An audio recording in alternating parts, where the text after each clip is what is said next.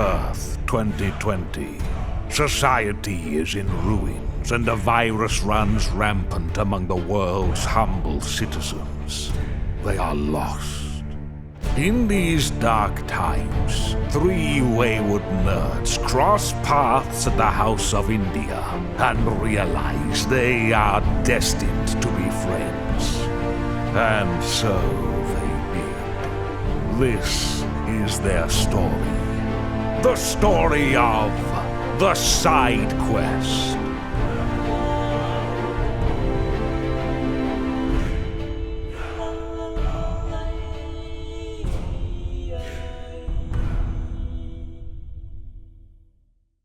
Hello, everybody, and welcome back to the Side Quest podcast. My name is BJ. I'm Luke. And I'm Matt. And we just watched the fucking Sonic 3 trailer. Collectively, just massive nut for all of us. That shit was crazy. It was like the 18 minutes after it was dropped, I saw on, I think it was IGN that put on their TikTok, and I saw the part. Well, here. I mean, it's not a spoiler. Well, Go watch the trailer. We're going to talk about it. Go watch the trailer. 23 minutes or something. Yeah. I mean, everybody probably will have seen it by the time this comes out. So, anyways, yeah, the scene, though, is when Keanu when Shadow speaks, and I was like, it's Keanu! And so I text the group chat, and then it was just total ADHD brain where I instinctively just wanted to talk to y'all about it, and then I was like, oh, fuck, we said we were not going to watch it, and so I was like, don't read this group chat. I messed up. I'm so sorry. Does it still show up in your group chat if you check the text? Let me take a look. Because you deleted it off of, and I didn't see it. I delete off of iPhone. Yeah. I've got 14 messages. 14? It's Keanu, edited to oops. I don't read this group chat. I messed up. And then we were texting about Warhammer. Yeah. Yeah. So, but... Okay, so yeah, he deleted it's Keanu, so all I saw was, oops, don't read this group chat, I messed up. And for a while I'm like, what? Low key, I was about to text back and be like, damn, I missed out on seeing Matt's nudes. Although that wouldn't have been an oops moment. Right. He'd But be yeah, jorking his peanuts. bro, the trailer. First of all, Keanu Reeves' Shadow, perfect casting. Also, Perfect. the fact that they add in the Akira slide. Bro, he's on the bike. I mean, he's done it every time he's been on a bike. That's true, but another form of it is just welcomed. In a visual media. And just having, the best thing, too, is knowing Keanu Reeves is, a huge fan of motorcycles, that I wonder if he had any input on what bike Shadow rides. I think so, because it's not a Harley. Mm-hmm.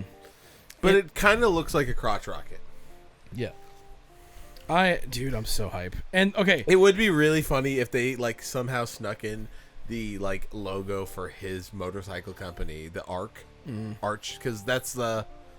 Space Also Colony. Arch? Space Colony Arch. Yeah, Arch is... Yeah, Keanu's. I didn't know that at all. That's why all the cyberpunk Yeah. are called the Arch. Yeah. Oh, shit. Yeah. And that's his... It's his. I had no fucking clue. Yeah. But yeah, I think it'll be Shadow's got his arch, and then Shadow custom paints it to have his stupid fucking spiky ball logo. Yeah, Keanu started Arch with, some other people, but when, him being a fucking... celebrity, they were and him loving motorcycles, some guy was like, yeah, I'd love to make a motorcycle company. I need to see a show that's basically Top Gear. But That's Keanu. him, Norman Reedus, and Jeffrey Dean Morgan. Am I alone in thinking Norman Reedus would be the perfect Ghost Rider, Johnny Blaze? No, I think that's perfect casting. Yeah. Yeah, that would make sense. Do you think he's getting too old to do it though, or do you think we'll be fine? Make him the have him be Johnny Blaze, and then you have a younger one be Robbie Reyes. Have it be Robbie Reyes, and then Norman is Johnny. Norman can be Johnny and play the same role as Sam Elliott. in the original. Bro, I still am watching Roadhouse with y'all that first time. I was still flabbergasted of just young Sam Elliott. I was like, holy shit. Roadhouse is a great movie. Roadhouse is a great movie. I did like the remake. It wasn't as good, I think, or at least it wasn't as fun. They're both kind of bad movies if you try to break them down as whatever. But Roadhouse original is fun, despite it kind of just being stupid.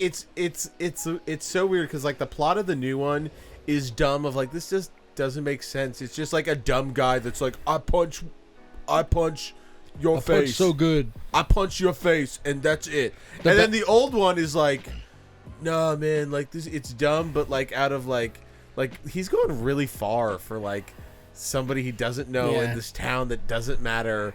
And like also where are the cops? And you're like, oh, the cops are about like everything's like doesn't make sense. The other one's just like, I have tiny brain, big muscles. I punch everything.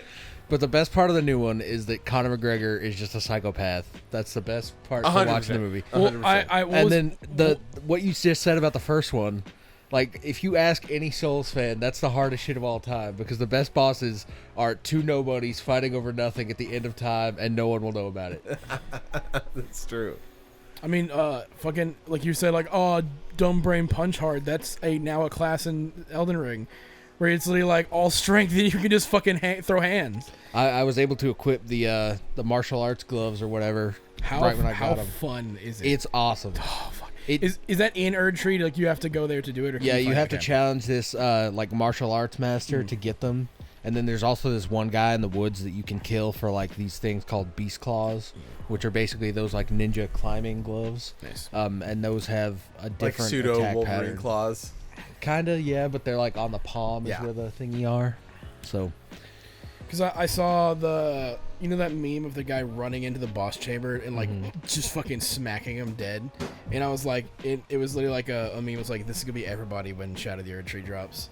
Yeah. All right, but yeah. Oh, sorry. Oh no, I was just gonna say I beat Mesmer and he's fucking hard. I was I've been talking to Cody. I mean, also here I've been meaning to say this in the beginning of episodes, but we're 7 minutes in. If you're still listening, just comment hi. Just like give us a little bit more engagement. Like please, like we always say that at the end, but give us a comment that just would be like, hi Matt and BJ. Like Millie or Will, you could do that pretty easily. Yeah, Millie that listens to every episode and still has not given us a comment to one up Luke. Yeah, 100%. Like just say hi every episode. It helps with engagement because then YouTube will help push it to other people. Like that's what we want. So just say hi. You could also just keep the streak going of just making me look. If you're gonna glaze Luke, at least glaze him more. Honestly, no. Start making up lies about it, like to the point where it's like, okay, well, hold on. So let's just engage with us a little bit more because we know that if you're listening every week, because we get views every week, just comment. It's so easy. We're not like you don't even have to like it because liking you don't want to ruin your liked playlist. I kind of get that. You do get that. I do get that. Yeah, he definitely gets that. Comments, you don't just comment. Just comment. Just for the algorithm. Just engage. Or I mean, I'll take a like too. We definitely hit up that Warhammer video that we just put out. Yeah, for real. It's my favorite episode that we've done in a long time. It's so good. Like the chemistry we all had. We were all talking. And sorry, that was Lance me imitating. But yeah, just like it. Anyways, we'll get back to. I was thinking the day, and I meant to text you this that I think a good presentation we could do is just a dual Kingdom Hearts, because we kind of had to do that with Landon once. But I feel like we've already had like a. Not saying I'm not trying to shoot it down. Yeah. But like, hasn't everything been most? I'd say 80% of Kingdom Hearts been covered by what you guys have done in your Kingdom Hearts podcast. Yeah, so it would be true. That's the only thing, because I like when I've been gone, you guys did a solo, and then there's the one with Landon. I was saying the next step for Kingdom Hearts for us needs to be Let's Plays. Yeah, and make Matt play them. That'd be a good one. I think that's the best way to do it is making me play. Because then we could just answer questions when you have them. Yes, and then now here's the thing: would we answer questions like it'd be like no future spoiler type thing where it's like Kingdom Hearts 1, what's the answer here? If it's not important to the plot, we can answer questions. I also think that we should do a Let's Play, but you finish the Alien Isolation game because it's quick enough. Yeah, we could do that as like a one video thing in the night. Yeah, and it's spooky and that's fun. But turn the dim the lights in here. Spooky boogie. But I was talking to Cody.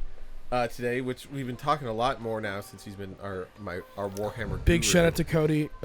Dude's super chill. Yeah, he is chill. I hope he moves back. He lives in Colorado now, and it was so funny. The first a while back, I was saying like, oh yeah, like a lot of times I get like layovers in Denver. He's like, dude, you need to tell me, like, I'll just meet you outside the airport. I'll like get you some weed. We can smoke a little blunt. Like, you know, and we'll just like even if we see each other for 5 minutes, that would be really fun. And then like the last time I had a layover in Denver, I was like talking in Discord, and I was like, "Oh yeah, I had a layover in Denver," and Cody goes, "Fuck you, man." I was like, "Oh my god, I completely forgot." I was like, to be fair, I had no time because I had to run from one side to the next. Yeah. As we were like, It wasn't a very big layover. It was not like I had no time to spare, and he was like, "Still, you could at least texted me." Fuck you, and I was like, because he was like, "The next time, I will meet you at the airport." And, I will run with you to the next thing. But we were talking about how like I've said multiple times how I'm like sick of reboots and sequels and stuff like that, and then I'm like, but then I'm like, I want, like, with the new Alien movie, it's like, which is apparently pretty good. The only time I've heard anyone talk bad about it was in Discord the other night when people were like, "Oh, it's kind of, some people say this, that." And on TikTok, it's been just like, "Yo, this shit's hype." Especially because like the things like I do like are callbacks, and apparently there's like they hit every single callback, and even though some people like, "Oh, it's just like, it's like expected," I'm like, but with something like an IP that I love so much, it's like I get to see like some of my favorite things from the other movies all in one movie. I do like, even though if it was in another IP, I'd be like, this is fucking dumb. This is not creatively, this is not unique. Well, the thing with Alien is that you want to see those things done again because Alien is a milestone in visual effects. So every time they come out with a new one, you're like, oh, I want to see how they can one-up the thing they did last time. I will also say, though, it's like, I also don't think it should be bad to reuse like things like chest bursters, because it should be like, that should be the normal thing that happens to a human when they get incubated by a facehugger. Yeah. Like, that's the normal thing. So for it to be like only in one movie is like, that's unfair. Pretty weird. Well, yeah, that's where like the lore of something comes into play, where it's like that's just part of that's a thing. Yeah. That's like part of their and like so alien to say thing. like, oh, they did the chest bursters again. I'm like, that's how the aliens work. Yeah, it's like, congrats, you know how aliens are made. So yeah, but then it's like I was talking to him, and he was like, I'm sick of like all of my grandpa's favorite things or my dad's favorite things like being redone. I'm like, I'm not gonna lie, like I want Blade Runner games. I want more Alien games. I'd love a Terminator game, because he was saying like, why? It's coming. There's apparently the same guys who did the RoboCop game did Terminator Resistance. That and we're getting a like actual Arnold Schwarzenegger alternate universe Terminator anime. Yeah, I saw that. Zero. That looks really cool. Looks really cool. Yeah, so and a Lord of the Rings anime. Yeah, we're getting a Lord of the Rings anime too. Yeah, what I've looked into is it's alternate universe. Instead of it starting in the U.S., it's starting in Japan. So sweet. That's all it really is. I haven't. The Lord of the Rings anime looks sick as fuck. We've seen like AI generated, like, oh, this is what's if Studio. It kind of looks like that, and I'm like, oh my god. Apparently it isn't. It's hand drawn, obviously, but like, I mean, it looks really good. Yeah, it's really dude. The good. backgrounds in that show look fucking transcendent. See, that I'm gonna be honest. So it's like this is what I want more of. I'm just very hypocritical. It's like I want good things out of the things I love, but I also don't want things. Of the things I don't There's want. There's such a thing as being burnt out, where like Alien doesn't come out with a movie for like every like couple years. But like, but Covenant was what, 2019, and now we're getting Romulus now. That's true. You know what I mean? That's so like true. You have enough time to kind of. They are spaced out. Whereas but the thing is though, all the new ones have been bangers. Covenant and Prometheus. Apparently, we're in the out search of that. People didn't like Covenant, but people fucking. That's crazy. They're 50-50 on Covenant goes so hard, especially with the two replicants. Yeah, just having philosophical conversations. Yeah, that goes so hard, and then at the end when you don't know who the real one is, the ending is like, the best shit. That's and then you see him and you're like, oh no, it's the good one. It's the good Alan or whatever. And then he his name outs is. himself right before he cryo freezes her. Yeah. Oh sick. my gosh, so he can just experiment with. I think that's terrific. The thing that I think is okay with Alien is that they get to tell, because it's kind of like there's really never going to be a moment where we've gotten rid of the alien menace, because it's kind of like they're parasitic. there's always going to be, unless like I don't know if you could ever fully get rid of it. So because of that, you kind of get to tell alien stories. Here's the problem whenever. with Alien is resurrection. That resurrection and AVP. AVP's not canon. Okay, anymore. so resurrection is the problem. Yeah, because AVP was just some resurrection is like shit. 2,000 years in the future. Yeah. And then you're like, well, that's just like you've literally said like this is what you've literally told the end of the story. Yeah. Before anything else was able to happen. Yes, and that's why it's like okay, we can do in between stories that's unrelated to Ripley. Well, you can just be like I don't know if they ever will, but you could just try to say, hey, Resurrection's not canon. Like make a full thing where like we're not counting it because it canon anymore because we want to tell cooler stories. And you could easily yes do and that. no because like there's obviously like certain IPs that I would be like I just don't like the idea of decanonizing because then you get into Disney shit where you're like, oh, now we could say we can make our own story. Well, I was gonna say, are you but at the same time, I would want them to decanonize all the new movies. So it's like, it's a double-edged sword with that. It's like, obviously, I think the idea of like saying like decanonizing to like give you wiggle room to write a new, better story is good.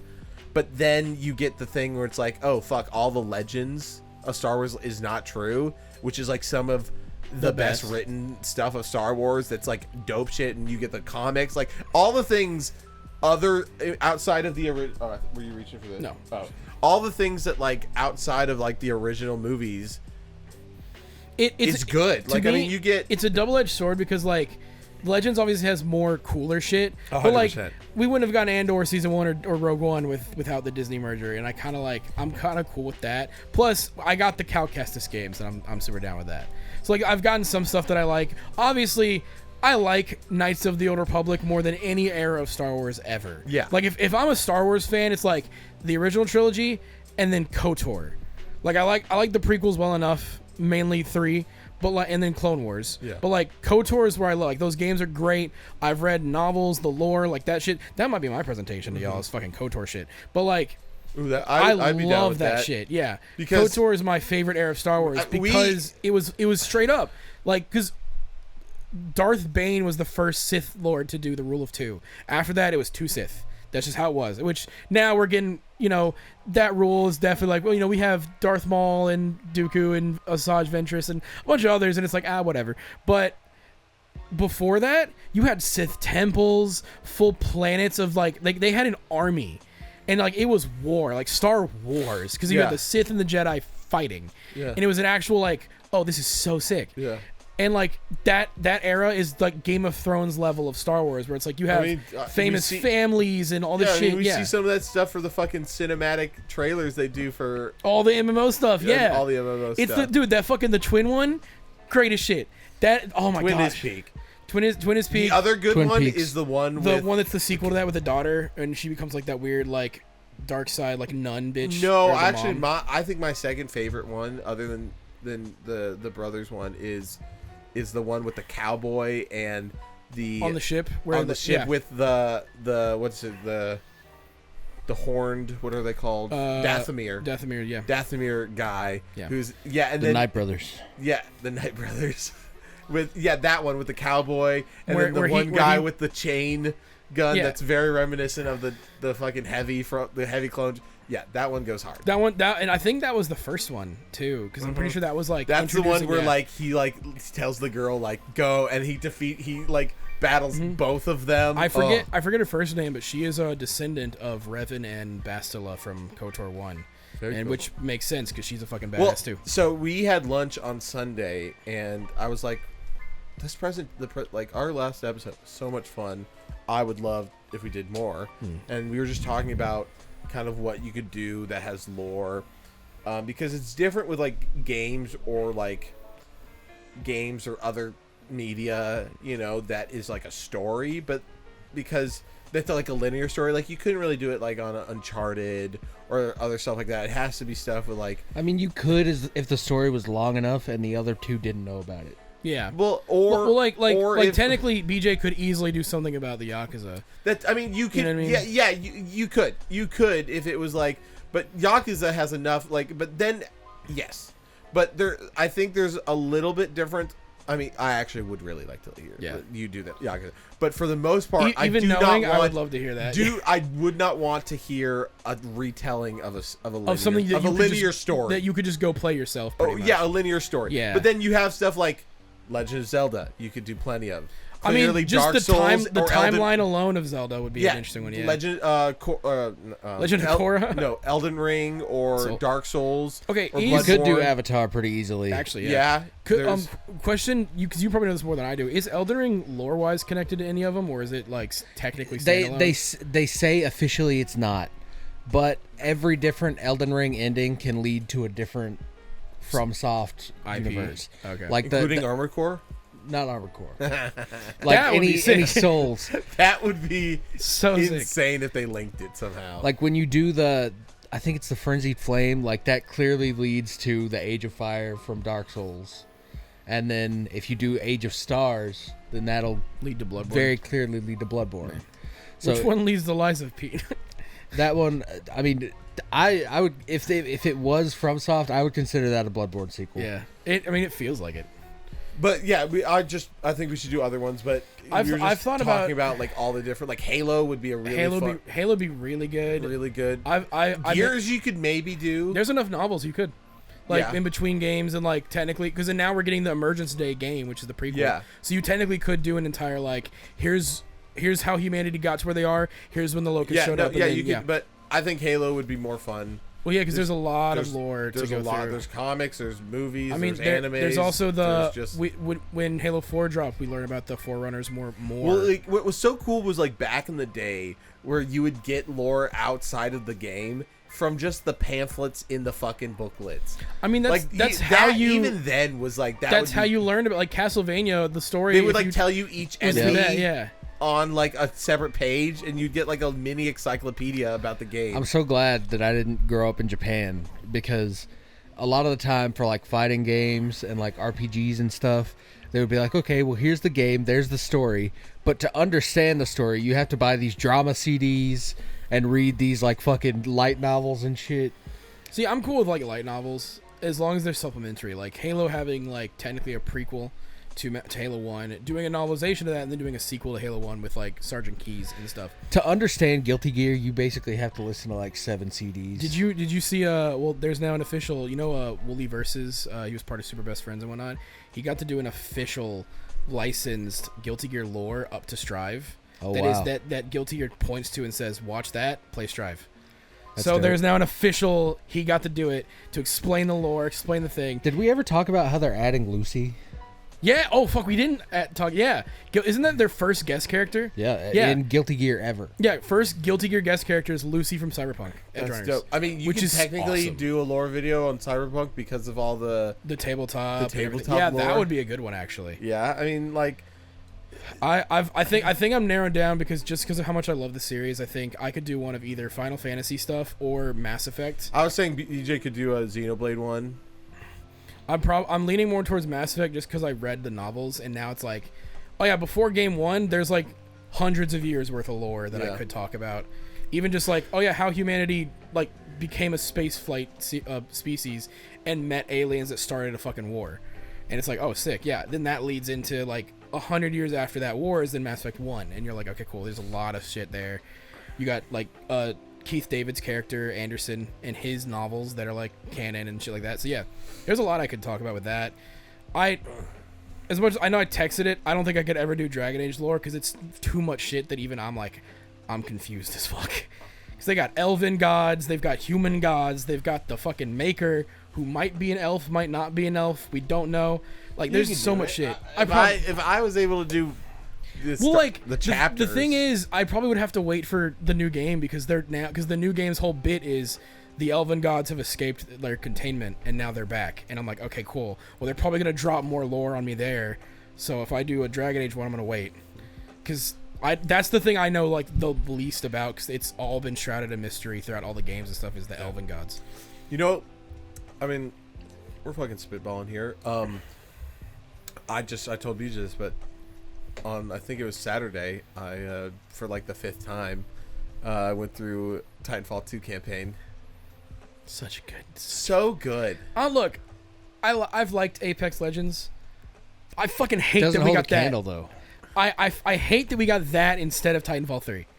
Like that is a travesty in the gaming industry. That I was telling Cody, I was like, it's like as much as the Black Ops 2 campaign is like people stellar. Titanfall 2 is the best single player FPS campaign ever.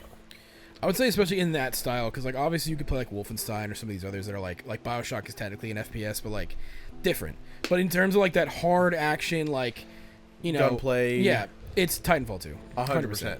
The one gripe I have is the fact that I can beat it in one day. Yeah, well that's kind of a problem with a lot of the shooter campaigns. They're short. Like unless it's the point, like a Wolfenstein or BioShock, where you're playing for the story. That's what makes me stoked about Warhammer. Is how long is it? Because Warhammer Space Marine 1, which I've been playing on my Steam Deck, actually runs really well on that thing. That's good because I was looking at it on the store and I was like, I don't know if this is gonna run. I got it just because I have Bolt Gun. I got it for 10% off because they're in the bundle thing. So I got it for a little cheaper, so I bought it. I said fuck it. Which Bolt Gun is also just super fun if you want a fun Doom clone. Yeah, legitimately so fun. But yeah, it runs really well. But it's about the campaign is 6 hours. For Space Marine 1. It's not going to be that short, I guarantee. It's probably not going to be. I mean, the campaign might, but they also have the 3-player co-op missions that you can just do as well. But even if it's not, hold on. What's the Doom campaign? Doom's campaign is about 10. Okay. But it's Doom doesn't have multiplayer though, does it? It does. I mean, Eternal does, but the first one didn't. 2016 had it. But it was 2016 was more traditional, like team deathmatch. Like no one really liked it. I liked Doom. it. Doom Eternal did the battle mode, where it was more like arcadey Doom shit, and more of the Doom fans liked that one.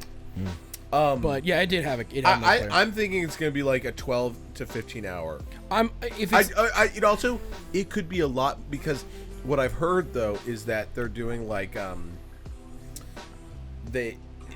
because of like how everything's procedurally generated and they have this AI for all the things, they're just like they're going to have these like missions that you can do single player or co-op. They're just like single missions that are unrelated to the campaign. Yeah.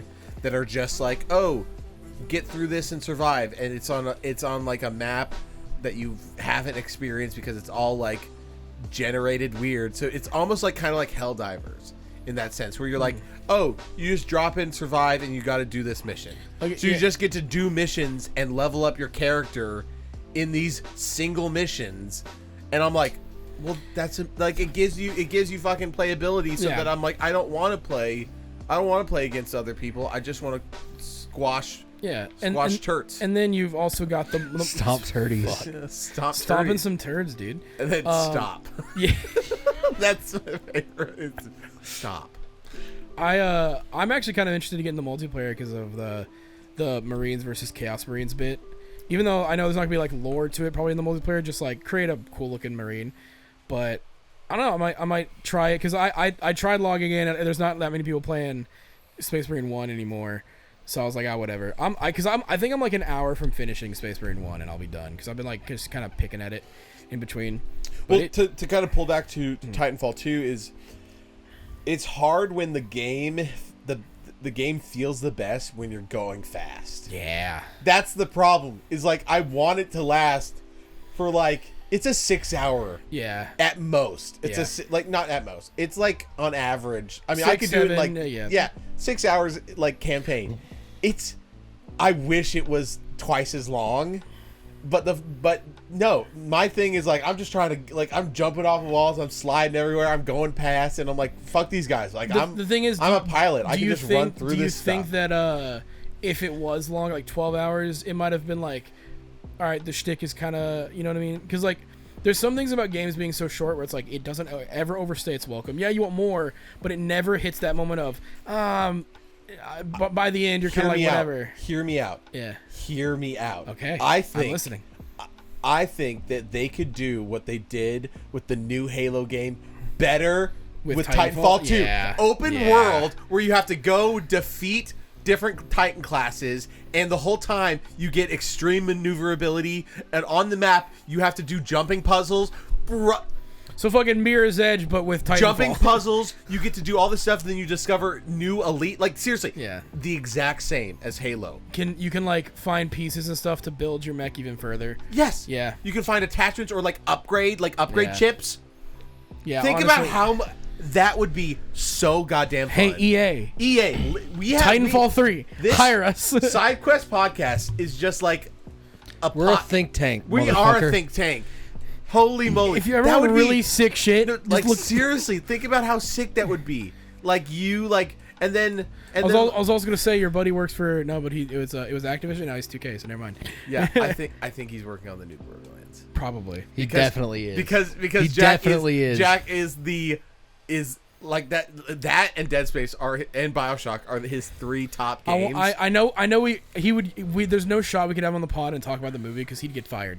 Because I would be like, how so yeah, that trash ass movie, what do you think about it? Yeah, it's abysmal. Did you see Randy Pitchford, the CEO, is like pretty much going ape shit on Twitter about it because he's like, the movie's great. I don't even know what you're fucking talking about, and he's blocking people who like have legitimate criticism, and he's like, I mean, the same thing happened with Concord where somebody like tried to like essentially compliment them, saying like, oh, like it's just like the wrong style of game at the wrong time, but I'm like the team's very talented. So it was like a really like it was legitimate like, oh, it sucks that it's not like doing legit that like praise, even though the game isn't doing very well. Yeah, and then a dev commented saying like that all the players are like uneducated, talentless losers. Yeah, and to go fuck themselves.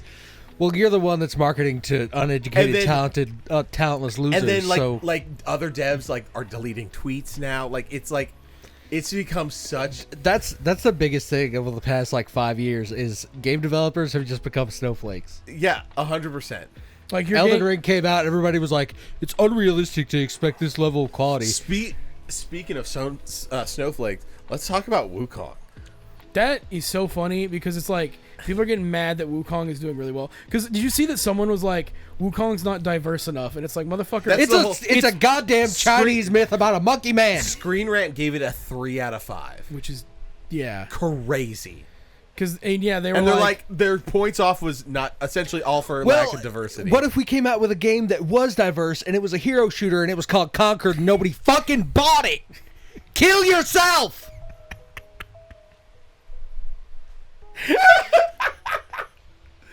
I mean, I didn't hear a lie right there. Yeah, those are words straight out of my head. Man. Well, like, I've had this conversation. It's a mess because it's dope as fuck. It's dope as fuck, and I mean, we can like obviously I'm gonna glaze over the fucking politics of China, but like it is the first AAA game to come out of China. Yeah, like legitimately good, and from a studio that nobody really knows because it's a game studio out of China. And it's the reason why nobody knows about them is probably because they were probably making mobile games and like shitty cash grabs for a while, that they finally like, oh, someone in America is willing to like support us to make a really sick game or whatever, and they made fucking Black Myth Wukong, which is the sickest shit. And here's the other thing is like we're like if we're talking like it is also just so close-minded to like eliminate games that don't come from America. Yeah, like CD Projekt Red. What is it? Not Polish. No, that's Metro. They're all Swedish. Is this Swedish? No. It starts with S. No. One of those European countries. Yeah. I'll look it up. Yeah. I mean, when America has failed me in my life with video games, I turn to Japan. Yeah, 100%. But it's just so fucking close-minded to be like, if it's not America and it's also not like fucking woke, it's trash. It's just like they're you're regressing. You're regressing as a person if that's your thought process. Yeah, 100%. Like, yeah. So I've been watching Lee play. Poland or Warsaw, Poland is CD Projekt Red. Yeah. Okay. Polish. Okay. Yeah. Well, I've had this like idea in my head because you hear all this stuff about like, oh, it's woke trash or it's like this thing, and I'm like, yeah, but Baldur's Gate came out and had like a shit ton of woke shit. Like you could pick your pronouns, be a trans character. There's trans characters in the game. Every single one of the companions are pansexual. Like, yeah. But at the same time, though, they never pushed it down. But that's what I'm saying. It feels. If you look for it, you can find it, but it's not being slapped in your face. Not even just that. It feels genuine. Not like we have to have this. I will say it's all like, here's the thing about like Concord, where they're like, you get to choose from all non-binary queer butch lesbians, like, and you're like, okay, but then Baldur's Gate, you like, that's the best part about like character creation is like you can choose anything. You can do that, and then you want to fuck Astarion and a person that transforms into a bear and fuck him as a bear. Do it. Disenchantment. Yeah, check it out, Netflix. But that's the thing with that is like when you look at Concord looks like it was made by a focus group, whereas Baldur's Gate was like from San Francisco. Yeah, whereas or Portland. Concord is like the Overwatch team was like, let's hire 6 people off the street in San Francisco and have them change everything. And they said, all right, you're the board. You make all the decisions. It's like, and even in the same front, Cyberpunk, you can also pick your pronouns, make a trans character. Either that or Portland. Yeah. Like, both Cyberpunk That's what I said. You didn't hear that? I said San Francisco or Portland. Oh, I just heard San Francisco. No, yeah, I said, exactly. San Francisco or Portland, man. It's a thing where like both Cyberpunk and Baldur's Gate have like woke leftist bullshit in it, whatever. But like none of them, it feels like they did it because they wanted to and not because okay, we have to make our game really progressive, so get the checklist out of okay, black, gay, lesbian, trans, they're in there, cool. We have to make sure. That's another thing that you have to consider is like including all that shit means nothing if you don't do these characters justice. Because I've seen plenty of media where it's just like, oh, here's a gay person, and they just are a cartoon character. They're not a person. They're just a fucking Mickey Mouse. I mean, or that's the other thing where like I actually do like, and I would say like, which is kind of what makes me like sick about like the same people that are like shipping people in animes. Yeah, it's reductive. It's when they force people to become like they're like we like in games or any sort of media that were like relationships and their orientation and who they want to fuck has nothing to do with the story or the character. Like it's so not important that we're not even going to talk about it. Like that's you're like, oh great, it's now just a story about what's happening and them defeating this big person. I mean we're getting that with Warhammer, where it's like a lot of the stuff we're reading is like, we don't give a fuck about who these bitches are fucking. That's not important. It's war. Yeah. That's all that's going to... So you're going to get sick-ass battles, crazy shit. That's it. Who gives a fuck? Yeah. And, like, then you go to, like... Well, I mean, and that's, like, not true for everything. Because, like, you know, like, obviously, like, parts of Final Fantasy is, you know, includes, like, romancing and stuff. But, like, I would say, like, there's a lot of it, like, a lot of games that it's, like, you know, that is just, like, for example, Elden Ring. All you're doing is just defeating bad guys, and that's great. Like, unless you're able to make, like what you were saying, make like them more than just a cartoon or like just a projection of something, and not actually like with deep. I can give you a really good example of that is Dion from Final Fantasy 16. He's literally one of the best characters in that game, and he's gay, but like you're like cool, but then is legitimately one of him being gay does not make the character. No. Exactly. What makes the character is... You play through the first, like, 30 hours of Final Fantasy 16, and then it's like, oh, by the way, Dion was gay this whole time. Yeah, like it's him getting, like saying, like, am I doing what's right? And, like, his lover is, like, they have a moment that it pans out as they, like, kiss, and that's the end of that scene. Like, that's it, and you're like, oh, okay, cool. It's and very, then they move like, on. Renly and Loris kind of shit. Well, but not as predatory. Right. Well, I think that's also like an important thing about how I would say normal humans interact, and I think it's dumb to be like, I just want friends and people around me that are only based off of like certain attributes, instead of like, oh, I'm friends with this person. We like the same shit. Let's talk about it. And then you realize the other things about them, and you're like, okay, because they build the character up. And then they're like, oh, by the way, like, this is something about him. Well, but that's not what's important about him. What's important about him is, I don't know, maybe he's brave, he's courageous, he's selfless, he's humble, he cares for justice. Like, all these things that are bigger than, like, a normal human. Like, a bigger than yourself. We're not issues with, we're like, not friends with characters. BJ because he's bi. Like, we're friends with BJ because, like, we all had some... Right, that's why we're not friends. He gives mad head. Yeah, man. never mind. I do give mad head. But like, the friendship of BJ was like, yo, this game is sick. Oh yeah, I know too. And you built it upon that, where it's like when BJ was like, oh yeah, I like dudes. It was like, okay, cool. Like like that's never been the issue of anything. Like, and also BJ doesn't bring it up every goddamn second. yeah, to be fair, BJ's like a yeah, Yeah. Like a fag. yeah. We had to wait for him to say it. yeah. But like that, no, the Conquer shit sucks because like, and in the same news, you got like It's just so funny watching these studios that like make that like, oh, it's our first game, and then it's just a piece of shit. I mean, honestly, like as I said, it's funny. It's sad. It's sad, yeah. It's sad. Especially when you find out they spent 8 years on this game. But like, I don't know. It just, I mean, it definitely feels like a corporate issue than like an internal. Well, who knows? It might be an internal issue. I'm sure some of these like game studios, you just walk into the studio and you're like, I don't want to be here. Like, yeah, like the culture is just something that you just don't want to vibe with. Well, it seems like it's, at least from everything that I've seen in the news, you either are gonna get raped or you're gonna have to walk on eggshells, and there's no in between. It's true. The game industry is definitely a place I don't think I want to work in for sure. Yeah, it just sucks to be in any sort of visual media, like including or media in game, like any of that kind of stuff. It just Speaking of just rough out in the visual media streets. that's failed, Acolyte got canceled, which Let's go, baby. thank God, man. dude, I still haven't seen it. And I'm not going to, but like I was watching like scenes on YouTube just to be like, no, how bad? Did you see the singing scene? Yeah, bad. So bad. I still stand by. It's still cringe, but why the fuck would you not make that into an alien language chant? And it would have made it work way better.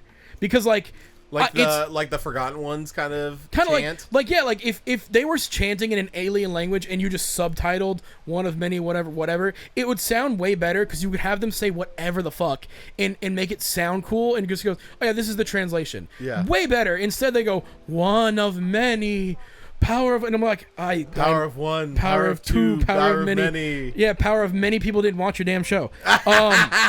Like, and then like, dude, they have one of the sickest lightsaber fights in the entire Star Wars, and I hate that because it's wasted here. Their villain, I think it's Quimar, that Asian did not. Well, and then they got the Squid Games dude in the show. I will He say learned though, English for like, the fucking show. That's the one thing that has made me think about Acolyte is seeing all the posts about him and being like, when is Squid Game season 2 coming out? Also, I did watch the fight, the lightsaber fight, and it is dope. Because But they I got will- the Shang-Chi but dude I to do will it, which say, is though, yeah. like, and I hark on this every once in a while because I'm a fucking broken record of a person that's always bringing back stuff up that we talk about all the time. It's fine. It's a podcast. We have 150 That's what we do. episodes. This is a good echo chamber. But Yeah.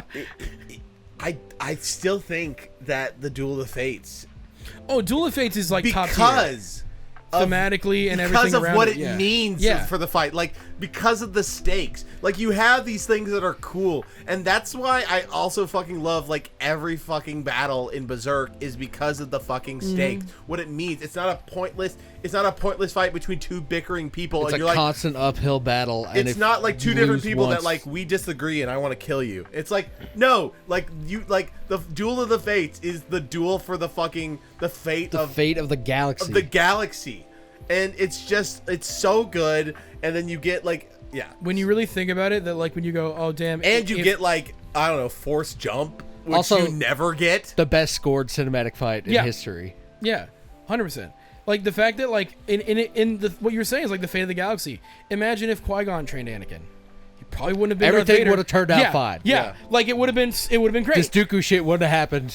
Like it's like Oh yeah, Dooku would have been like found his way back to Yeah, who would have been Qui-Gon. like, oh, we could like actually fix this shit. Yeah, there's like that fight meant so much to the future. Like I agree with you, because like yeah, from a story standpoint, the fight was the bad guy showed up and killed a bunch of fucking Jedi.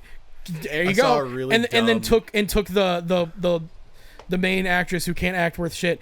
At least in that show. Apparently, I don't know if you've seen I think it's called like Bodies. That like is apparently like I think it's from that she acted in. Apparently, really good show. Who?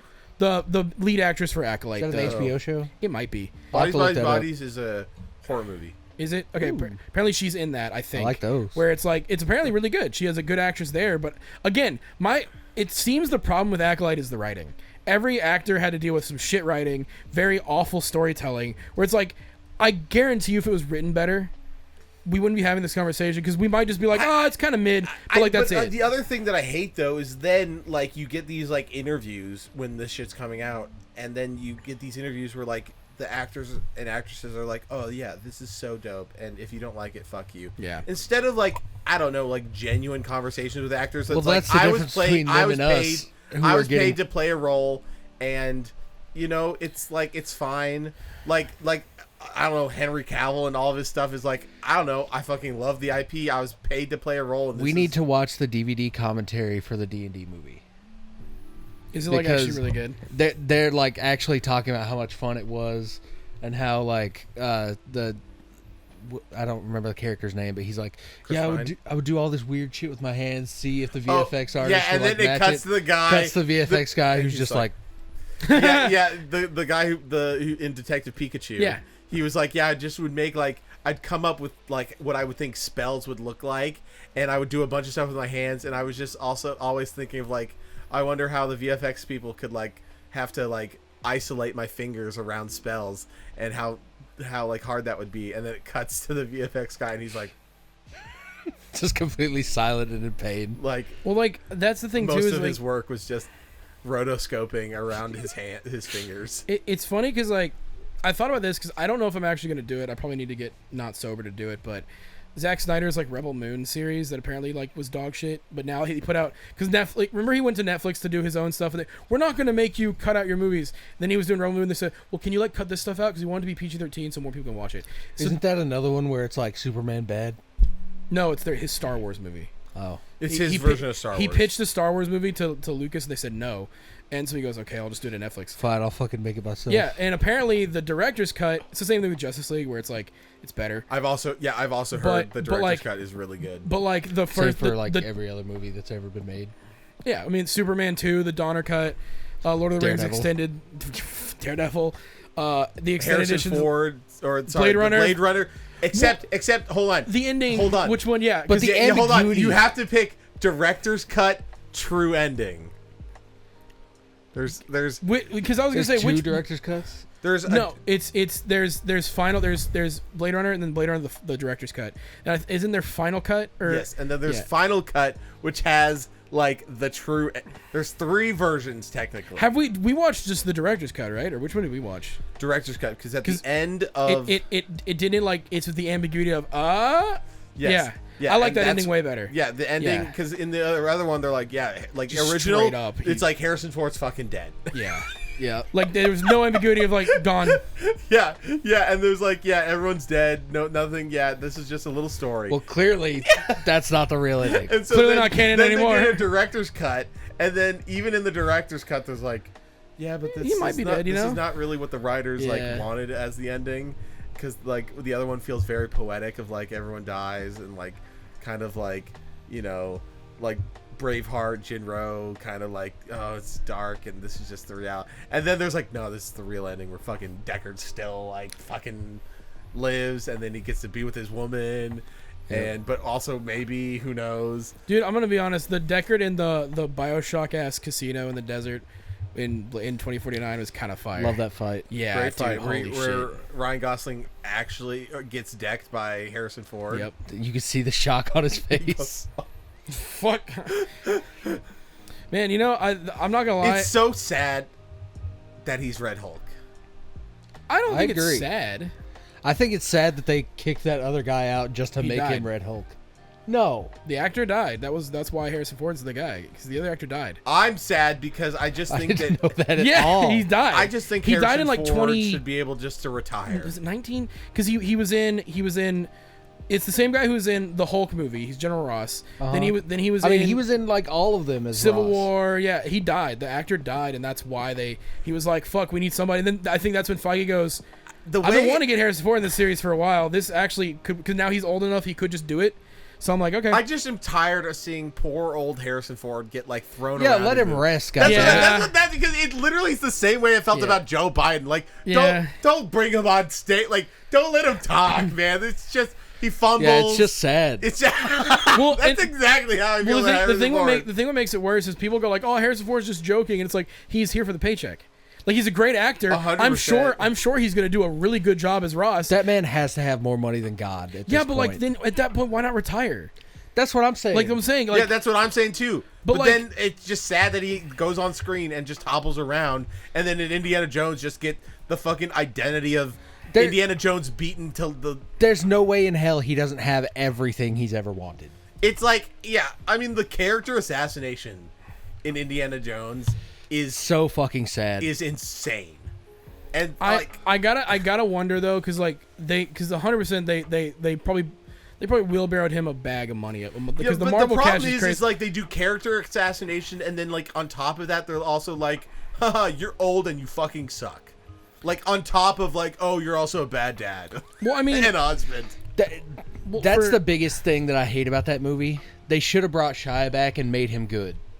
Yeah. Like the best way to do a sequel to something that's bad is to make the sequel to take the bad shit and make it cool. Because then that's like the dark ages of it, and you're like, oh yeah, it's supposed to end bad. Well, even then, like that so that we can bring them up further, and then that retroactively makes the other one better. That's true. The thing, that's why, like, for the longest time, like when The Last Jedi came out, no one liked it. First of all, and I was like, fuck. The only good thing that I was like, okay, Rey is someone that the Force needed. I was like, cool, I'm cool with that. And then I was like, that's why you need to get like the best team of writers for movie 3 to be like retroactively fix The Last Jedi. But instead they're like, no, fuck, half that movie didn't happen. We can't do that thing ever again. Actually, your parents are Palpatine, and somehow Palpatine returned in Fortnite. And it's like, fuck, you made it worse. Yep. Because that's the thing is, like, if you go through a movie where, like, fuck. It's the doubling down that's just the worst. Like if you would have written the next one. Really? Well, like, really? Yeah. You're going to keep doing this? Yeah. Okay. Like, I will stand by that, like, yes, Last Jedi is a bad movie because of Rise of Skywalker is a worse movie because it's retroactive to Last Jedi. It's not trying to, like, okay, well, this is what we've been written into. How do we write it better? Instead, they go, fuck. Yeah, reverse. Yeah, and it makes the movie way worse when it's like, oh, we're going to fake out Chewbacca's death. C-3PO died. I still think it's gay that they took out the Force ghosts. It's the person that, like, fucking starts doing meth, and instead of going to rehab, they start doing, like... They start doing PCP. Yeah. That is exactly what happened to my old boss. I'm sorry, and who died? Yeah, he fucking... Damn. He got obliterated by a semi-truck. Seriously, instead of like, oh, he goes to rehab and then he finds like the woman. No, he was a meth head that lived in a U-Haul, and then he got off of that, addicted to mushrooms, went to buy a motorcycle, pulled out of the lot with the motorcycle, immediately hit by a semi-truck. And the business couldn't keep going because he didn't trust anybody enough to let them have the account passwords. Hey, he's now in another world with a harem of bitches doing his own thing. That man right? did not have any bitches. Well, hey, neither did most His of own these... daughter didn't love him. Neither did most of these isekai protagonists, but then they go to the new world and all of a sudden they're fucking gods, I guess. Shout out to Scott. Scott knows all this. And Joey. Scott and Joey. Joey? Yeah, I mistakenly, like 2 weeks into this job, I was like, hey, Joey, we need somebody else to, like, run books. And then I fucking subjected Joey to all this, and I'll never be not sad about it. We need to, I don't know how well it would, but we need to get Scott on the podcast because I feel Scott's very high energy. I've been talking to him a lot because I think it'd be really fun. I need to message him and just like, yo, how you doing? Yeah. Because, like, yeah, he's just a fun dude to talk to. Because some of it goes into, like, what the fuck are you talking about? To then just like, oh fuck yeah, like yeah. He's like a folk hero. Yeah. Like a Greek myth or something. He's great. We'll touch on it just because I'm sure people want to be updated to our lives, but Luke and I have started listening and reading to the Solar War, the first book on the Horus Heresy. First book in the Siege of Terra. Siege of Terra. Yes, the Horus Heresy's first book, which I also have. Yeah. That I found. That's the one Cody said that we should. He recommended that to us, and then you like Well, 'cause- the day after Okay. he said you should start the Horus Heresy books so that you can know like some of the Yeah. characters in the Siege of Terra books, and then I was like, oh, okay, because I've also heard I've heard that the Siege of Terra is the best peak shit, and so then Luke hops into Discord, which was dope, by the way, hops in Discord, which he's never done, and then goes, yeah, man, I started reading the Siege of Terra books, and I was like, what? Fuck you, man. Like, we have a group chat. We had a plan. We had a Well, plan. We had and- a group chat. Now I gotta and at that moment, I was like, okay, fucking, I'm opening up Audible. I'm subscribing to Audible Prime, whatever. Yeah, the thing that made it was that I was literally just because I was like, I'll just go to Games Workshop, see if they have the books, because like I'll get ready. Did they? Yeah. They had the first. Because I was gonna just check Barnes and Noble, but that's a much better idea. Barnes and Noble that I actually went the other day. They have a couple Warhammer books. One of them was apparently like a really good Necron book that I've been told is good to read if you care about that faction. But like the only book that they had that was worth anything, which wasn't in the Warhammer section, I went just to like fantasy and I saw it peeking out. I was like, what the fuck? Pull it out. It was just the first Horus Heresy book, Horus Rising, and so I was like, I'll buy that too. So that's just sitting on my shelf somewhere. So yeah, I have a bunch of Warhammer books now. Oh, what? I have 7 Warhammer books.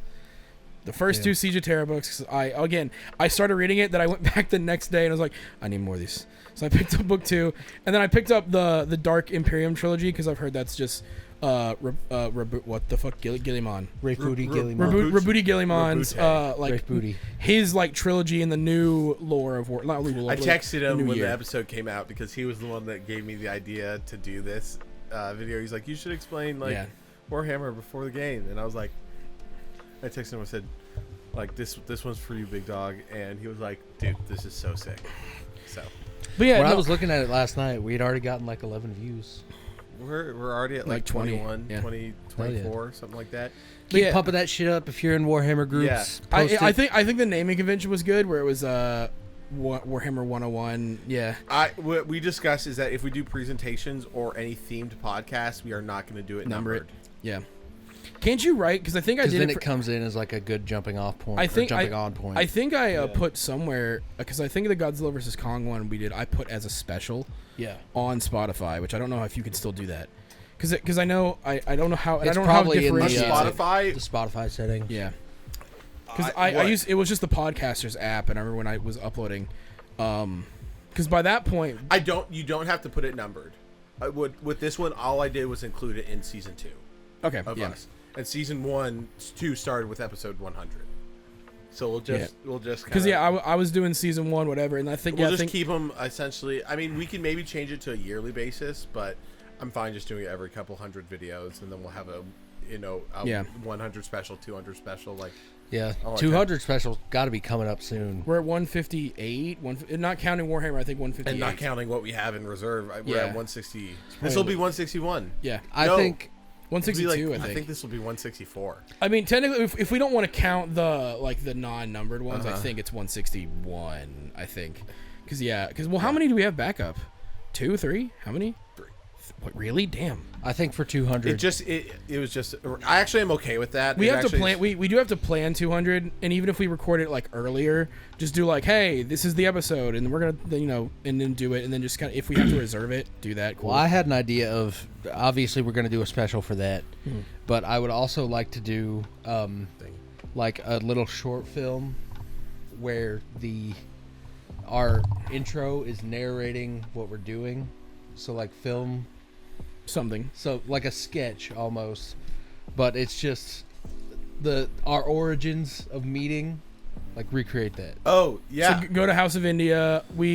How would we? Because you and me met through Kevin, and because Kevin invited me over. I think we could just end it with us stepping through the parking lot, like showing our feet, and then panning up to the sign for House of India, and then like going up into the sky. If we're No, really specific and about our origins, I actually think the most connection we had was at Baskin Robbins right after the House of Well, India. no, I was gonna Because say we were like all eating and we kind of were engaged with everybody, but at the same time we were like, we're totally vibing.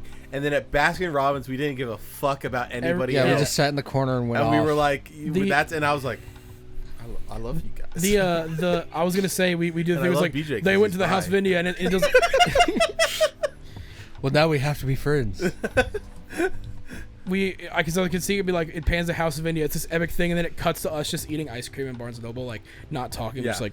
It's so good. I'm also fine like at doing the next season, doing a new intro and getting a new outro.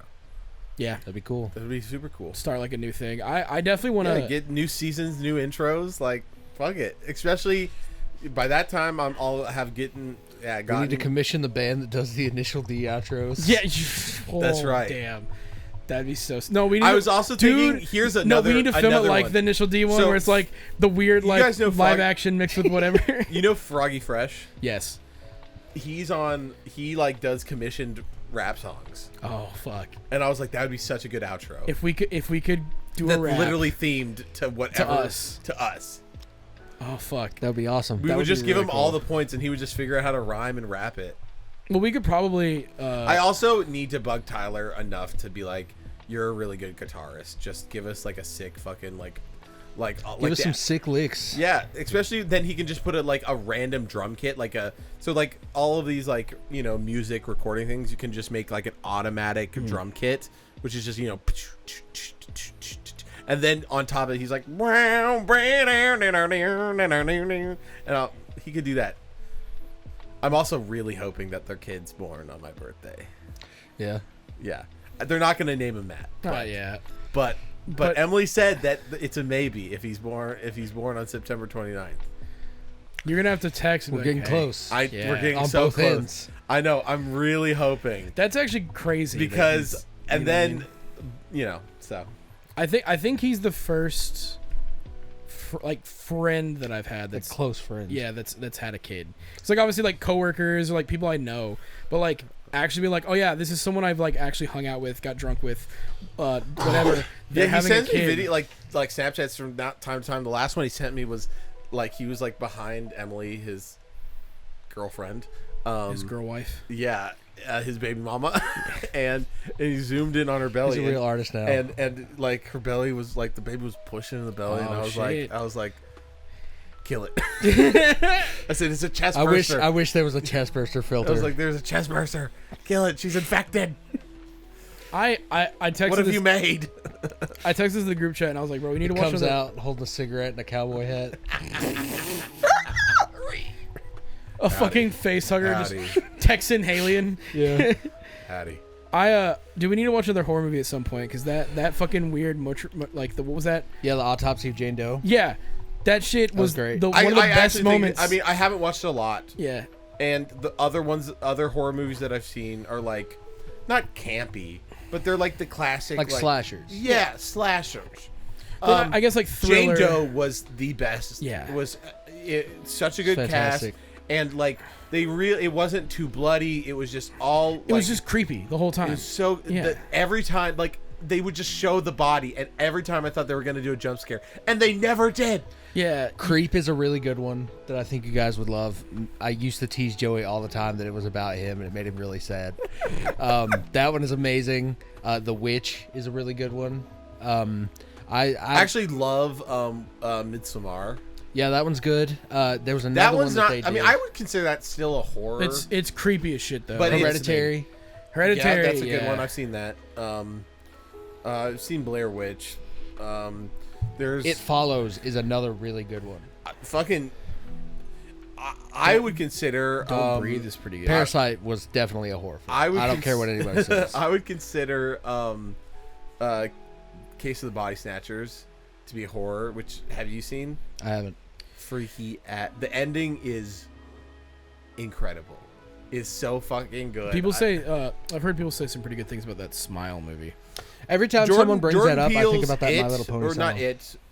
What's the Jordan Peele had Get Out, Us, and then Nope. Us was really Us was awesome. Us was so good. Which is shockingly, that's his like least. I actually think that's my favorite. I really fuck with Nope though. I don't, or the alien one. I don't know why. I fucking love that movie. I haven't seen it. The only one I think I've seen is Us. Get Out. Have you not seen Get Out? I haven't seen Get Out. Damn, really? I like Get Out. I want to though. Good. I know I it's think good. Get Out's his like biggest one. Yeah, That was like 100%. his breakout. Yeah. Into the horror scene, right? I definitely have you seen Nope either? I like it. It has Walking Dead, Invincible. Oh, Stephen Yeun. Yep, Yeah. he's in it. Watch Beef. By Yes, the way, watch Beef. Seriously, it's so good. But like, and please stay to Well, the if end. if you want to watch some horror stuff, there's the Guillermo del Toro's Cabinet of Curiosities. Really good shorts, all with famous anthology people. horror always fire. Read anything that fucking Junji Ito did. Junji Ito has ever put out. Junji Ito does a good job. Like, I don't know why. Like, He adapted Frankenstein and it was fire too. I'm not a fan of like horror novels. Don't scare me. Like, I'm probably different if That's I did true. audiobooks I and stuff. did hear some but, like, TikToks of like like somehow I'm on Book Talk.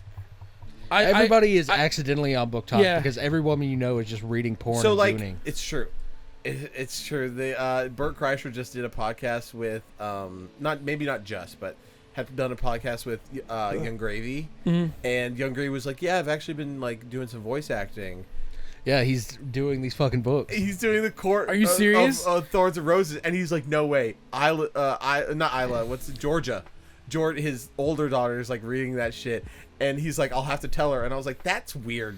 To Great. say Bert, like, "Oh hey, this guy in my my friend is doing this thing that you can come to. the thing that you're diddling yourself to every night while you're reading." Again, like, I don't know that's how weird. true this is, but like part of it, at least according someone, I watched the video where because it was that thing of like, is it porn or is it this? Blah blah. And it was this girl kind of explaining all the sides to it, and she was like, most people that I know. Now again, this is a thing where you probably won't tell anyone you do this, but most people that I know don't like. It's more of the idea of it, of like, oh shit, this is hot, but like you're reading it because you're gonna keep going, and then it has. and more then you jerk off to it later. Here's it's like here's the most apparently the most they fucked just up thing they about jerk those off books later. is that if any actual human being were to do those things, Hello, police. yeah.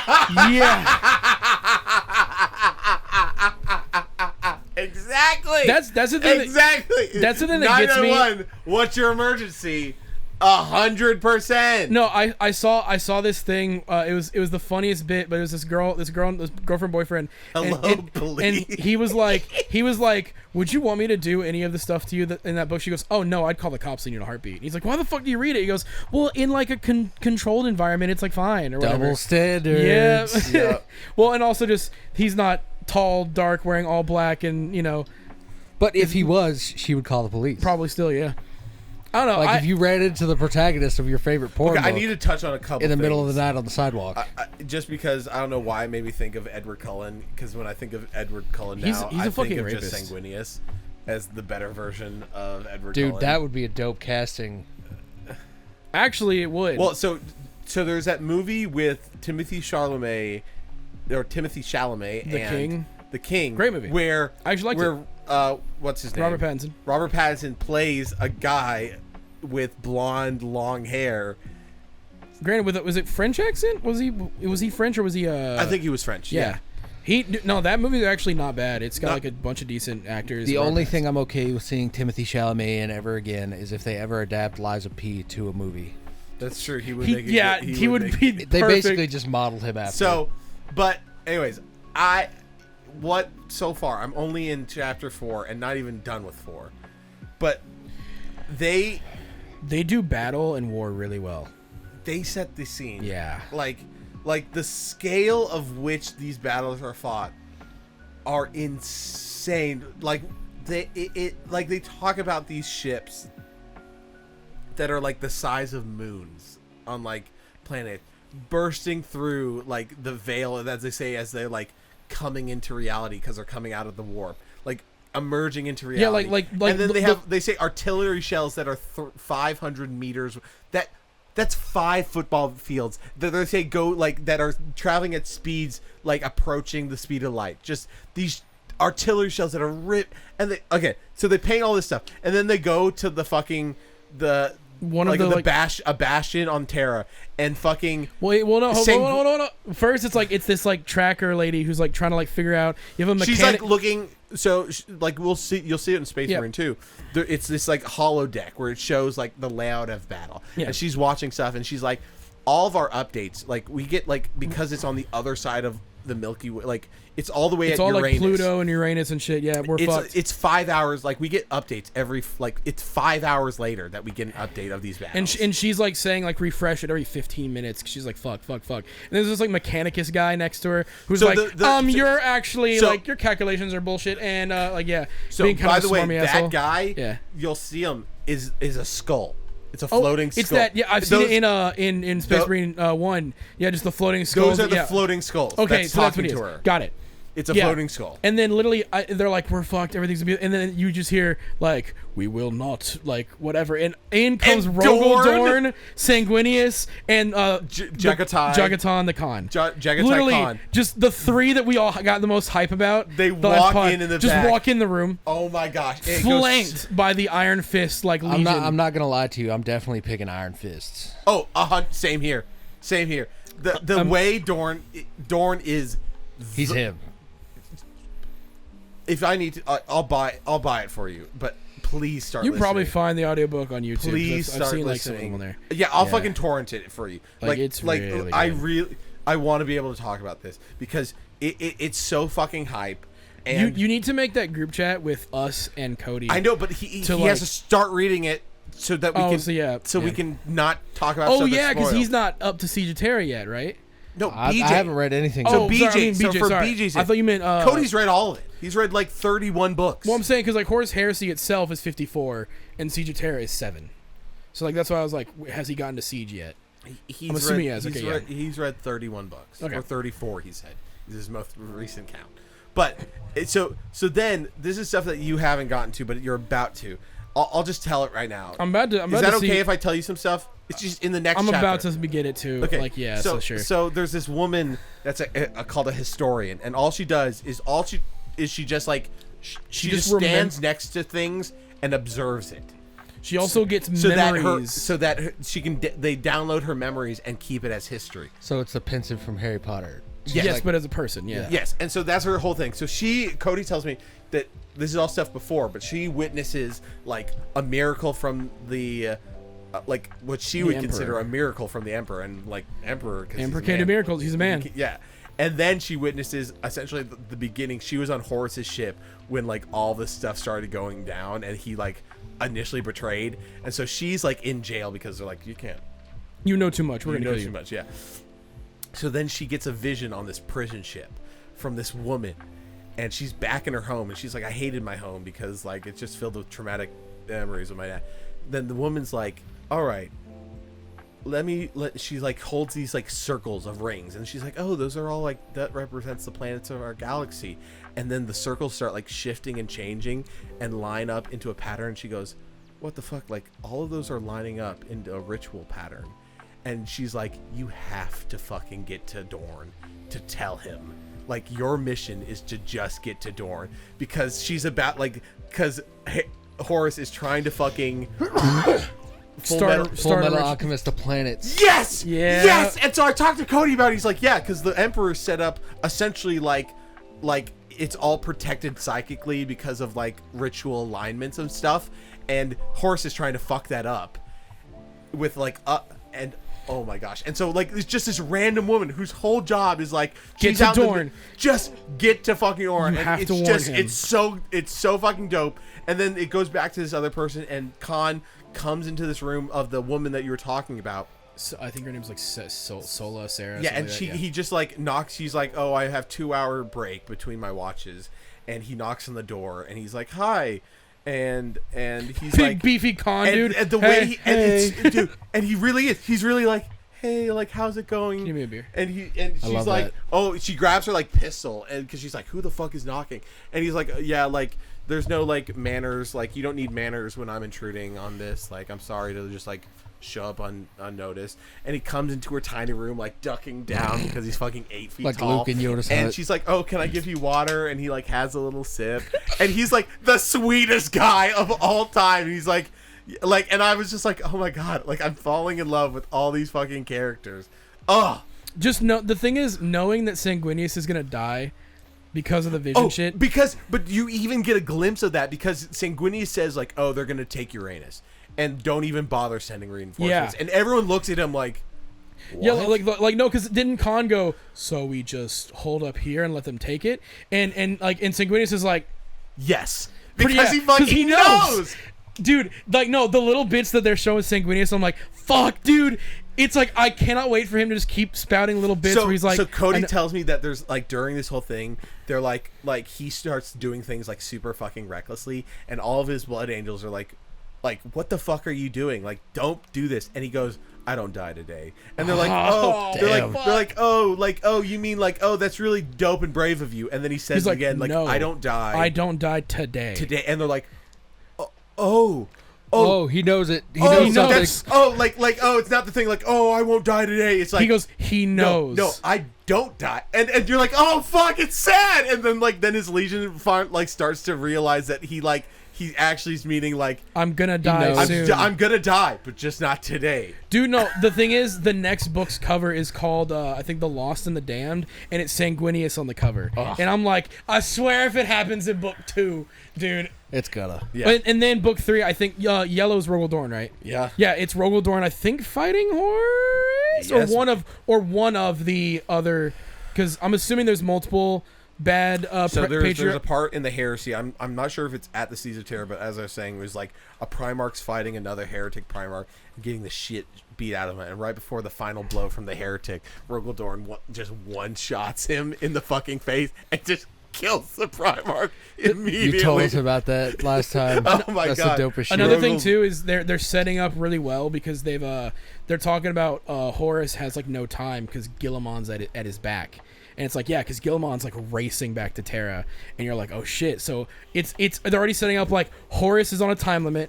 If it's literally like if we can hold out long enough, Guillemon will get there. Well, they say is, these things of like these ships that enter from the like the warp. Yeah, that they're the first ships, and they just have these like they describe like these people were given the privilege to die first. Yeah. And it's just so then I talked briefly about this in the episode, but there's a thing called machine spirits, which essentially is just AI. That's all it is, but instead of it being, it's like an actual living computer code. Right, it's more like the cyberpunk like Blackwall shit. Yes, and so they send these old like from the dark age of technology, these old like they were ships that were not even meant as warships, but they're these huge like cargo ships, like the size of like multiple like just think of like massive. the super Star Destroyers, like bigger than any other ships that were just meant as cargo ships, and they like crudely mount like they say raw weapons and weapons and raw, and they said they send them in, and the fucking when they exploded, the only reason they sent those in is when they exploded, the machine gods like were unleashed, and essentially was like an EMP corrupting the code from the surrounding like so like turrets were going down firing for a bit. Oh my, like that's where I think that's where I was, where because it's at Uranus where they like break through. Yeah, and I was like, it's the three ships that break through. Yeah. Have you gotten to the one that's the size of a moon? Yeah. Holy shit! Like I ended it where they like cut off and they jump to it's called the next the daughter of woe is this this massive ship that it's like they say it literally looks like if you had a magnet to rock and ships where it's just iron rock ships like all it's just like this crude it's got its own like it's a crude mass of crude mass of metal iron and it's like the size of like a small moon. Yeah, like that just comes through. I do like how they talk about like warping from place to place is like it's materializing in reality. They like no the thing is like the ship comes into existence and I'm like that's so fucking cool. Yeah. Like what do you mean? That's the sickest shit. I mean technically previously it wasn't. That is true, yeah. So, for a while, it was in the warp, not in our plane of existence, and and it just dude, like no, the way they do it is the descriptions alone, you're just like it paints. Well, the problem is they say something so fucking dope and like detailed that I'm like, the problem is then I'm like still trying to process what they just said. You're like fixating on it while the next thing starts happening. And I'm like, oh fuck, okay, go back 30 seconds. I love that. I love that visual flavor. Oh, that's one of the reasons why like I do like the half and half read, because there are times where like I'm at work and I go fuck no wait go back, and then I'm like doing that, okay cool, and then when I'm reading it I'll stop and be like fuck. I might just have to do this analog then. Do both, Because like I said, if you're like, because trust me, there were times where like I started reading it, and I'm like, I can't wait. Well, I can't wait 8 hours a day at work. It makes me really happy that I think I did a pretty good job. Yeah. On the episode I did, because Luke was saying there are things that if we hadn't done the episode, I'd be like, what the fuck are they talking about? But I was like, oh, I know what a navigator is. He explained that. Got it. Cool. And then like you even explaining like what the warp is and how that goes. I'm like, I already had like a visual in my head about it, and I was like, cool, this is great. We good? You're just trying to move the. Yeah, we're good. Okay, we're good. I kind of spilled a tea. Oh no. And I thought did they have like a bunch of copies of this book? The first one, it seemed like they did. I might be getting another one just because I think I fucked up an eBay order. I canceled it, but then I got charged for it, and then I went back to, and it says cancel, but then I got a message from the guy saying, "Hey, we're good. It's being sent." I'm like, "Fuck, did I pay for it?" But I got charged. So speaking of eBay, if I get the second one, I'll just let you have it. I would really appreciate that. And I think it's the longer book instead of the smaller one like I got. Nice. So yeah. But anyway, sorry. Speaking of eBay, Hot Wheels recently put out. Hot Wheels recently put out some cars. They put out literally came out with some cars, and it's the series called the Women of Fast, which is just Fast and Furious women cars. Yeah. And there's only one in the set that I care about, and it's fucking Suki's S2000. It's got the art on the side and everything. It looks dope. I tried to order it on eBay, and this fucking guy sent me just the wrong car. Nice. It's not even a Japanese car. It's like a Chevy. It's like a Fiero or some shit, and it's like bright yellow and a white package. And I'm like, how the fuck did you get these things mixed up? So I have two things I want to touch on. Yeah, sorry. Good. One of them is my peanuts. Is your peanuts, so I can jerk it, and it would be initial D. What we y'all kind of hyped that up. Okay, I need to hear about this. Itsuki is like the dork of the crew. Yeah, and he's the childhood friend, same high school. As he goes to high school with Takumi. Yeah, and so he like meets this one girl, and her brother has another 8.6, not a Terreno. It's just a regular 11, not the Sprinter. It's 11, and it has a turbo, and he races Takumi, and Takumi still beats the dog shit, even though the other guy has a turbo. Yeah, but it's because there's like mud on the road, and he like, it's some shit. Yeah, but Takumi wins, and then he races him again, but instead of a turbo, he changes it to a supercharger. He still fucking wins, and the guy's like, "Yeah, Takumi's the best." Yep. And so then through the first arc when he's getting ready to race him, he's a complete dick. But the reason that they meet is because Itsuki is like hanging out with his sister, and like they're kind of getting close and like trying to start like dating and stuff. And she like actually like really likes him, and she's like, I have to move back to my hometown because my brother said so, and and because I've been ditching work, and my parents are worried. And there's a really rough scene where Itsuki like drops her off at the train station, and then he gets back in his car and he just starts crying. Man. And then because like two seasons later, he's honestly one of the sweetest dudes in the show.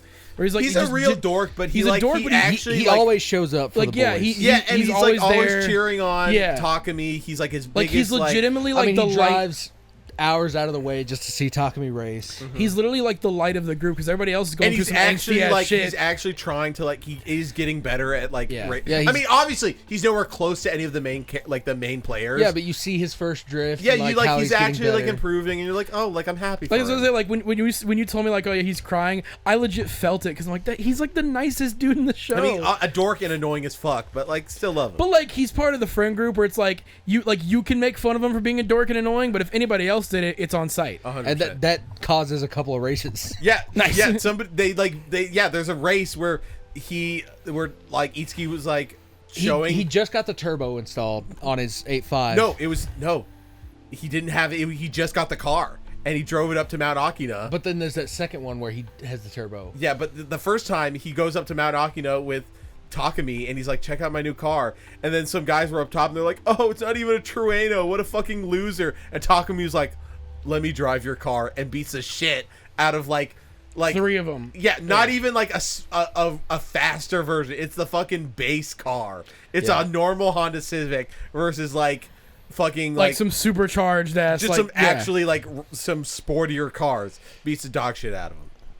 But he like there's these other races now, and the sister to the guy shows up because he's part of one of the teams that Team D is racing. Team D goes to their town. Yeah. Okay. And Keisuke beats him in an uphill because it's raining, and he loses focus for a second, and he hits the gutter, and he spins out. But the whole time that they're racing, Itsuki is like, he has a chance to catch up with the sister. And they're like, oh, yeah, like, do you want to, like, come hang out with me one day? So he drives hours again the next day to, like, just come and spend the day with her. And they're having a great time. Yeah, they're, like, hanging out at the coffee shop. They go for a drive. And that you take it from here. Yeah, they're hitting it off. Like, he drives, and she's like, oh, my gosh, like, you've gotten better. Like, that's really amazing. And then she drives his car, and he's like, oh, wow, you're actually like, really good. And you're like, they're just starting to connect. She's like, I've never, like, been with, like, a guy that I felt like I've connected this deeply on a level with. And it's like, oh, fuck, like, this might be the only relationship in Initial D that fucking works out. And so then all this stuff happens. And then Spoiler alert, they're at this coffee shop. And she gets a call, and like they like cut to the call, like it's very much like she's getting a phone call. It's very like forced, and then she doesn't, and he goes like, "Oh, are you gonna pick that up?" And she goes, "No," hangs up, and you're like, "Oh, maybe that was nothing." But why would they even animate that and put that in the story? So then things go on, and then they cut to the brother, and this guy shows up at their house, and you're like, "Huh?" And they don't show the face; it's all like torso stuff, and he says like, "Hey, what's her name? I don't even know." I don't remember. And they're like, oh, where's your sister? I need to tell her something. And the guy was like, I think she's with a friend right now. And then it like cuts there. And then all of a sudden, like, she gets another call from her brother. And he's like, hey, like, this guy shows up. And she goes, like, I do not want anything to do with him. Like, why are you? And he's like, well, he deserves an explanation. The brother being a total dick. Like, if my sister was like, I don't want to talk to this guy, I would be like, you better stay the fuck away from my sister. Doesn't do that. He's like, oh, like, please call him, pick him up. So then they're at this like gas station. All of a sudden, just let me interject here. There's this whole B plot to this B plot where Kenji and Iketani are just like kind of following them around to see like, because they all were at the race with the brother and the sister, and they're kind of are they like bro, like, oh yeah, make sure he doesn't fuck up. Well, like, Iketani is watching it because he's like, this is fucked up. Like, if he gets a second chance, why don't I get a second chance with Mako? Yeah. Okay. And so they're like, he's jealous. So then they like roll up to the same gas station. They're like, oh, is that Itsuki's car? And they're like, fuck, hide around the corner. And so then they're like, oh, this is so cute. And so then like, oh, like, and so then she says like, well, it's time to drop you off at home. And she goes, well, maybe I don't want to go home.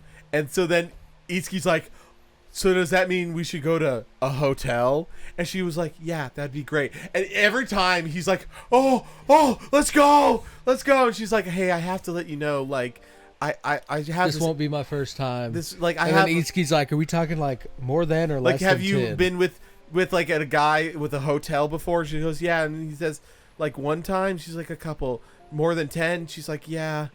She's like, a few more than 10 is what she says. Wow. And he's like, that's okay. I still love you, essentially. And so then, all of a sudden, the brother shows up, and a dude gets out of the car, and he's like, hey, well, I need to tell you this. I couldn't live with myself if I didn't tell you this. But I know I'm like 10 years older than you, and I didn't take this relationship seriously. But I want you to know that I love you, and I can't do this. And so then she like turns to Itsuki, and she's like already crying. And Itsuki goes like, huh, like, you know me, I'm cool with whoever. Just go with what your heart like wants, and just run into the arms of the man that knows that's gonna love you. And then he like closes his eyes and he goes. And then she's like, wow, Itsuki, you always know the right thing what to say at the right time, you say everything perfectly at the right time. And she turns around and runs into the other guy's arms. And so then Itsuki's like crying. Well, he like buttons himself up until they pull off, and then he just starts crying in the parking lot, and Iketani and Kenji are still right there around the corner, and they're like, oh fuck. And he looks over and sees both of them. They're like, and they're just like again, it's so fucked up, but also maybe the funniest Initial D has ever been. And there's also, while all this is happening, Takumi is getting ready for another race with these fucking assholes who drive Evos, which is respect, but they're dicks. And they like put an oil slick on the road to like fuck up the RX-7. The RX-7 is fucked until Keisuke's like love interest shows up, who also drives an RX-7, and she's like, "It's okay, I trust you specifically enough to drive my car for this race." So Keisuke ekes out a win that way. And then Takumi is up next, and they're like, fuck, we thought we fucked up the RX-7. He wasn't going to be able to win. We got like 50K riding on this shit. So one of the guys comes up to Takumi, and he's like, hey, you should really throw this race, or else we're going to fuck your friends up so bad that they won't be able to walk. So, but the line is, though, he says, as he's walking away, some things are more important than winning, like being able to walk. My jaw hit the goddamn floor. We were in silence. These 2 episodes were like just out of fucking nowhere. Some of the best 2 episodes we watched, we were all like. So not only do you see some of the hardest shit of like, oh fuck, this race is huge. You see a sweet dude get emotionally cucked. Yeah, it's so fuck. Yeah, but then he's like, yeah. So, and we're like, that's like the hardest fucking line. Like, some things are more important than winning. Like being able to walk. And you're like, but they don't know that Takumi wants the fucking smoke. That's true. Takumi could beat their asses. I really, that's the problem with Are they starting to push a little more that Takumi will throw hands? They don't. No, they don't even touch it. And that's the problem. They mention it. They once. show it like in a flashback of before the scene. In the fucking movie, they show the punch, and he punches a dent in the locker, and then punches him because we watched that in the movies where they didn't know if the anime was going to continue on. So they're like, we're gonna just talk about everything. We're gonna cover everything because we don't know if there's gonna be any more Initial D. Yeah. Third stage is some of the most emotionally poignant shit in the whole show too. Yeah, Bunta beats the dog shit out of Takumi, and Takumi's rocked. Oh yeah, that's another thing that we saw. Takumi walks outside of the tofu shop one night, and he sees the WRX that beat him on the mountain, and he's like, "What the fuck? This is definitely the same car. Like the pink accents, it's got the same wing."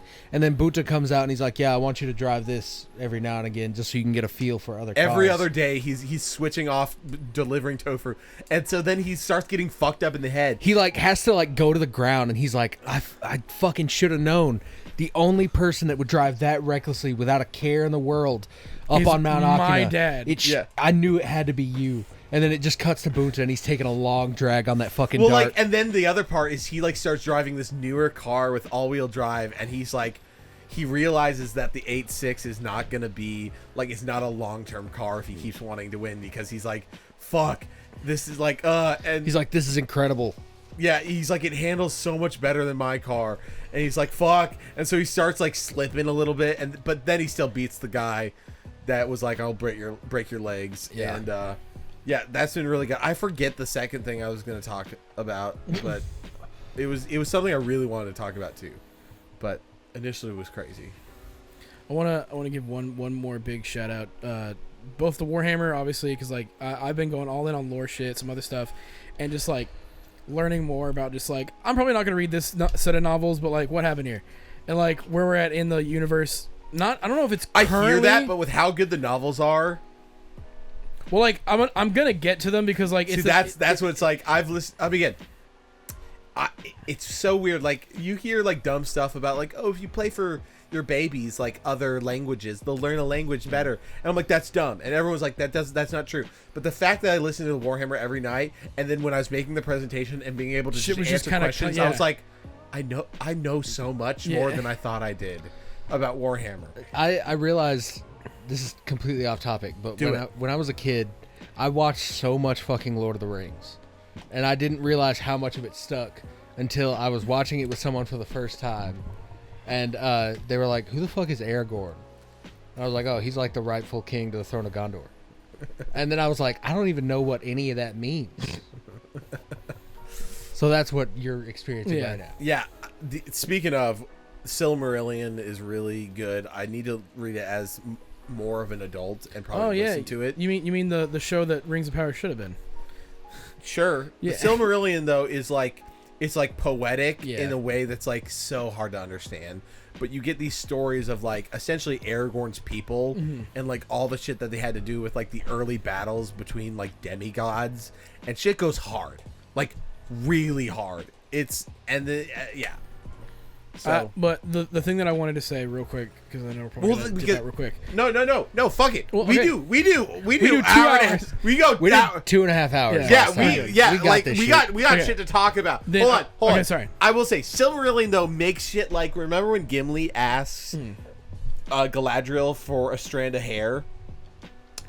That's like the big. If you were watching a TV show and stuff like that, would be the big. Like that would be one of the hypest, like top 5 moments in Lord of the Rings, because if you knew the Silmarillion, all about it is there were wars, like actual wars where people fought over, because there's this tree of light, and Shelob's mother, Yggdrasil. Shelob's mother, the spider, was the original person that tried to steal in Shadow War. Tried to steal the light of this like tree has to do with the elves.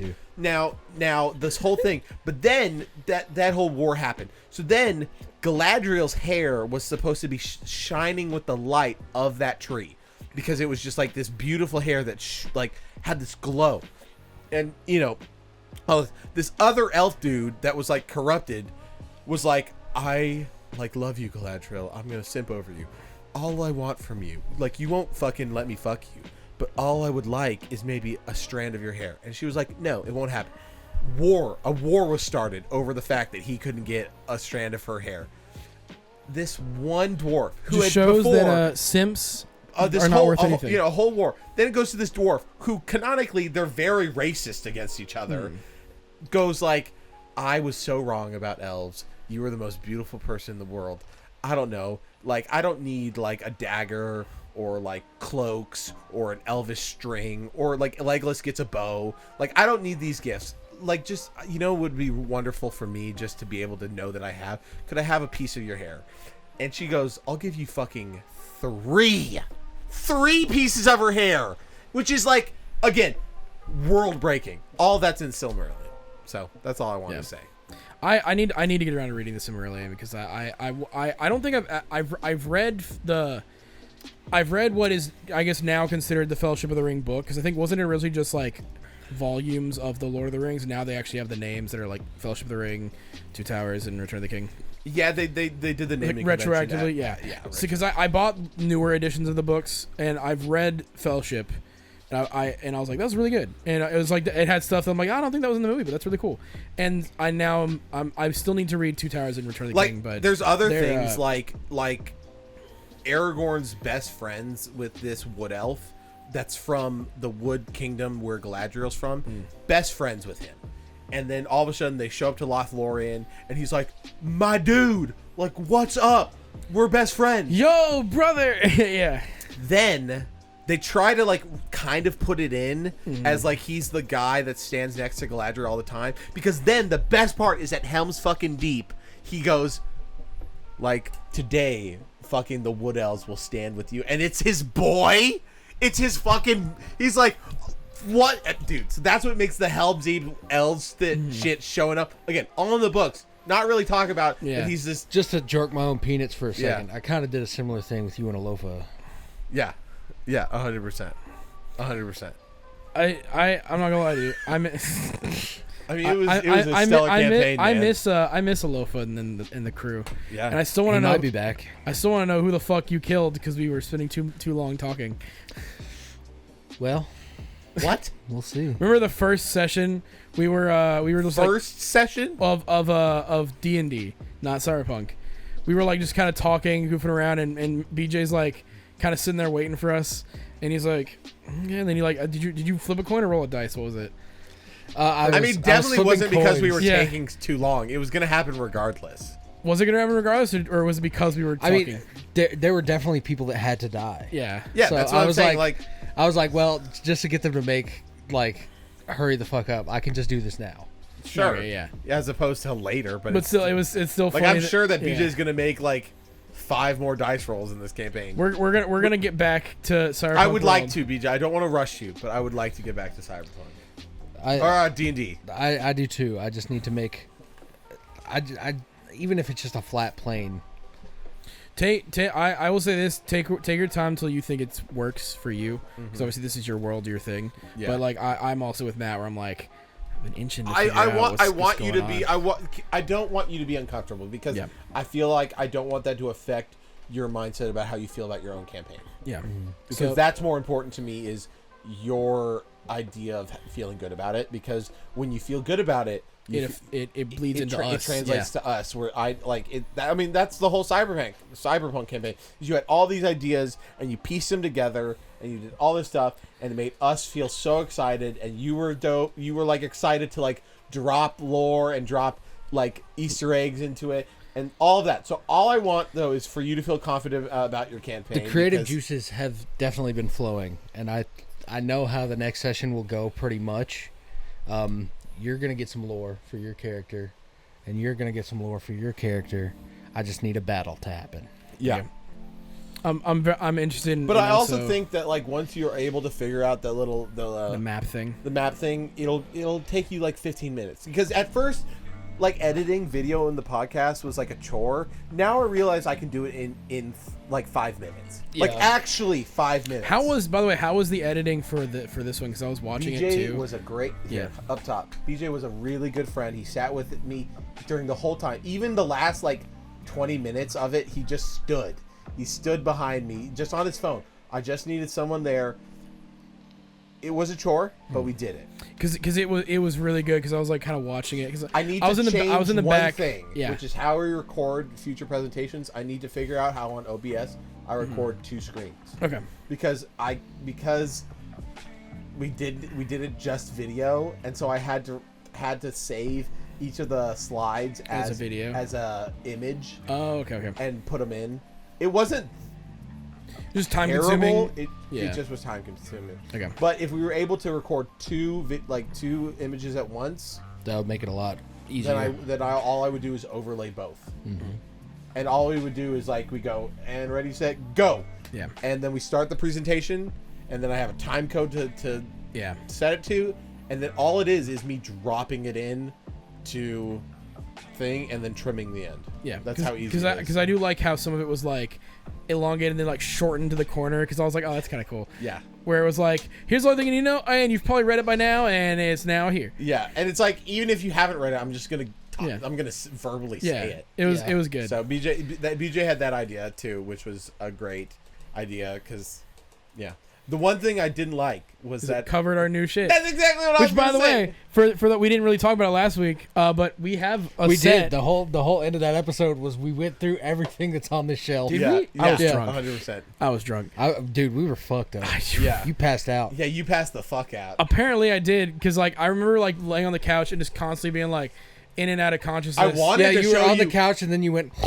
I wanted to show you the fucking mini series of this one guy who did Warhammer miniseries, and then I was like, none of us have the bandwidth to watch everything, so I'm just gonna show highlights. Yeah, because I want you to know I was fighting for my life to stay awake. I was trying, and it was just. I'm glad you got home. Yeah, well, because I wasn't gonna leave if I wasn't sober. That's why I stopped drinking. Yeah. Like I think you were like, give me another beer, give me this. I was like, I'm not touching that ever. Yeah. And we ate food. What did we have for dinner? I was Taco Bell. Taco Bell. Fire. Yeah, and then on the way we called Cody on Discord. No, dude, no. Okay, that's one thing I remember is the Taco Bell, because I went to go take a piss and I went outside and I just sat on the ground and was just staring at the concrete, and I'm like, oh yeah, we had to pick him up because you had to go. Yeah, and I was like, hey man, I got a $5. What can you do for me? I got $5. What can you do for me? Just sitting like with your back against the dumpsters. Yeah, like I was literally sitting there with legs. Yeah, legs outstretched and like hands like here, and I'm just like, I was. We're gonna do meatloaf tonight, by the way. Fuck yeah. Also, I have to piss, but we've had a really good episode. Thank you to our sponsor, Dubby. I had one thing that I wanted to say. I'm so sorry. If you need to go piss, go piss. Coupon code tickets easy at checkout. But so with the Warhammer stuff that it's really got me like interested is, I think I texted this to you guys, but I was like, okay, clearly, like Pierce Brown when he wrote Red Rising was like a big Warhammer fan, because like straight up, the Golden Sun, specifically Book 2, Book 5, and 6 have like on the level of Warhammer like space war shit that I was like, when I was listening to Golden Sun, I was like, what the fuck is happening? It's Holy also shit. really weird how much I found other things that either inspired Warhammer or are inspired. Yep. Like what's the RimWorld, the game that I fucking love, like the highest tier of like component or material that you can do is called plasteel. That's just a Warhammer term, which is just plastic. There's plasteel in Subnautica too. Yep. Yeah, that's Warhammer. That's made by. But then they mentioned glow globes. That's Dune. Yeah. Dune it created just floating Orbs of light, like just future lamps. And they mentioned glow globes, and I was like, they literally say glow globes? Like, that's literally just Dune. What the fuck? But so it's just so weird. I didn't realize it at the time because like I remember I was reading a review of Red Rising or watching one, and they were pretty much saying like, yeah, the sci-fi shit of Red Rising is just Warhammer 40k light, and I was like, I don't know what that means, but whatever. Now that I'm reading Warhammer, I'm like, I fully get what they're talking about, and it's like the space politics and the space battles are just Warhammer shit. I'm gonna touch on again. We got to end. Yeah. But I mean, Just go read Red Rising if you don't want to get into Warhammer. It'll get you into it. So hard on the fact that like all these people like they like mention these guys that are like preparing for battle, and they're like, we keep our oaths, and I'm like. Essentially they just start like saying like the Night's Watch oath, but each is different between. And they're like, and all the people start like chanting it, and you're like, oh, this is so good. I'm so the line like, I'm just bricked up. The line that got me was it was said like it was like Sigurd or whatever his name was at Uranus. Sigismund, and he was like he could feel through the clasp of his helmet the power and of the rest of his Marines across the ship, chanting back and stomping their feet. And I'm like, that's oh my fucking gosh. So really quick thing. Yeah. I asked Cody because in the very beginning they talk about how Sigismund goes to Rogaldorn and he goes, Father, and Rogaldorn's like, you're not my son. So that's that. Okay, so that was Sigismund and Rogaldorn. For whatever reason, in my head, I thought that was Horus and the Emperor. Sigismund, we covered this, and I didn't connect it for some reason. Sigismund is the chapter captain, or the legionnaire of the Black Templars, because Sigismund very much believes that the Emperor is a god. Yeah, and so that's why Rogaldorn was like, you're not my son. You're not my son. You're dead to me. I won't tell people about your sins, but trust me, like I know, and I'm never gonna let you forget about what you fucking done. It's the ultimate level. Why don't you love me, Dad? I can be anything you want me to be. I want you to be dead. And Sigismund, though, again, which makes sense. The Black Templars, which are the sword, they're the fucking like full on just heresy. Yes, kill the heretics. Shit. And Sigismund is the leader. Yeah. And is like very much the god. The Emperor is a god, and he just can't get it out of his head that he's not. But I like that makes way more sense than what you were saying in the thing. Yeah. I like that it's more though, because like if you really think about like Horus, and obviously Horus was corrupted by chaos as well and shit like that. Okay, but like, do you want me to tell you? I don't think. No, we can't. Do you want me to quickly tell you? Yeah.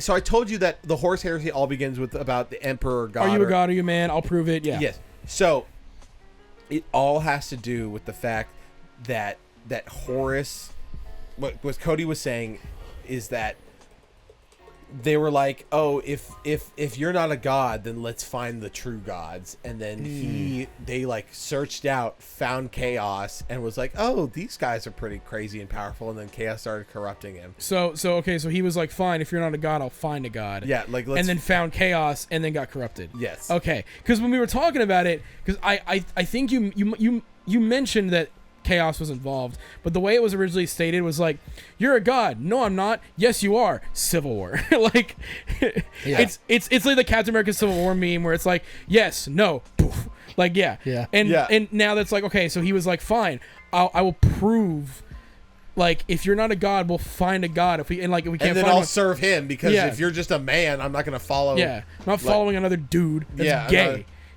No, I think it's also pretty funny that they were like, okay, if you're not God, I'm just going to go find God in space. Yeah. And then found Chaos. So, which is kind of cool. Anyways, I forget that the last itty bitty thing I was going to say, but we love you. Code, take it sleazy at Dubby. Get some Jitterless energy. It's been getting me through work lately. I have I don't know if it's still available. I still have that tub of the orange creamsicle one that had that encounter. I think it is. We need to reach out for our own personalized shaker. Personalized shaker. Facts. Let's try to get a flavor too. Let's try to go for it. Or I'd I be kinda fine, want- I I'd want be the fine with shaker, pushing though. P. I think side quests would do good. I think we have like a blood orange taste. Push and Yeah. punch. Yeah. Push and punch. like that. I like blood orange. That's a good one. Yeah, but they when with their creative their creator flavors, it's just reskins. Yeah, it's just a of- reskin of another one. So of yeah, another push one. and So Well, punch. if I'd that's the case, push and punch. Yeah. Yeah, it goes so fucking If hard. we could come up with a flavor, blood orange, something or other. Yeah. 100%. If you let us, If- make our own shit, Hey, Dubby, come on. And as always, take it sleazy.